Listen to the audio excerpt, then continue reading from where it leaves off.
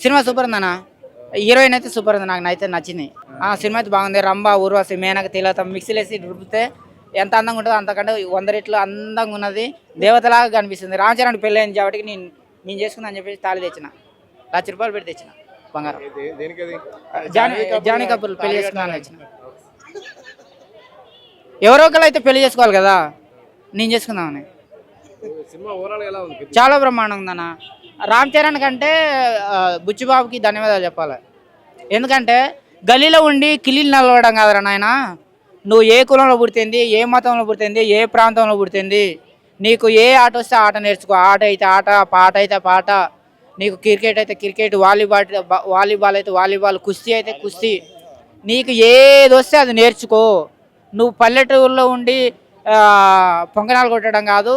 నువ్వు పల్లెటూరులో ఉంటే నువ్వు పట్టణంలో ఉంటే నువ్వు అక్కడ పో అని చెప్పేసి ఒక మంచి రోడ్ వేసిండు పోరగాళ్ళకి.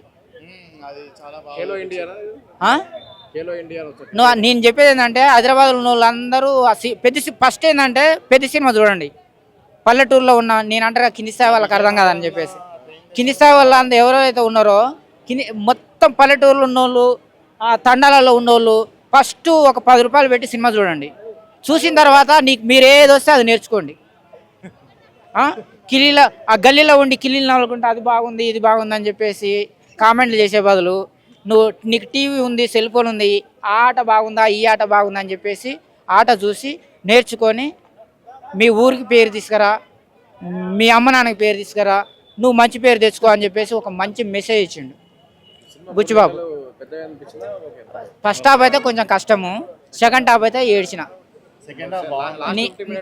బాగుంది.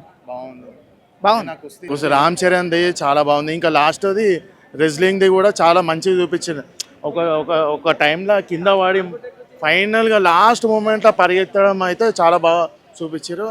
ఒక కుస్తీ అరే గాలినా కొడుక నువ్వు దేనికి పనికిరావరా అట్లాంటి లాస్ట్కి కోచ్ దగ్గర ట్రైనింగ్ తీసుకొని చాలా బాగా చేసింది అదైతే.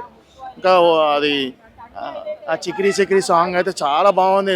రెహమాన్ అయితే చాలా బాగా మ్యూజిక్ ఇచ్చిండు. Overall BGM, locations, sets overall చాలా బాగుంది. ఇంకా మెయిన్ ఏంటంటే జగపతి బాబు క్యారెక్టర్ అయితే చాలా బాగుందన్న. నాకు చాలా నచ్చింది.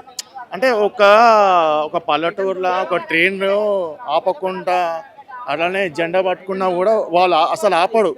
అది ఎందుకు ఆపడు అంటే ఇట్లనే మీ ఊరికి ఒక గుర్తింపు ఉండదు అది అని చూపించింది అనమాట అది ఆ సీన్లో. ఇంకా ఏంటంటే ఆ గుర్తింపు రానికి కూడా క్రికెట్ ప్లస్ కుస్తీ ప్లస్ ఇది రెజ్లింగ్ ఇది చాలా మంచిగా చూపించారు అన్న. కొంచెము సెంటిమెంట్స్ కొంచెం చాలా ఉన్నాయన్న. కానీ నాకు ఇది రంగస్థలం కన్నా కొంచెం బెటర్ అనిపిస్తుంది. జగపతి బాబు చాలా బాగుంది అన్న. నాకు ఎట్లా అంటే అప్పటి సినిమాలో అంతాపురం ఉంది చూడు, అంటే రైలు కింద ఆ సీన్ గుర్తుకొచ్చింది నాకు. అట్లా చాలా బాగుంది జగపతి బాబు సీన్.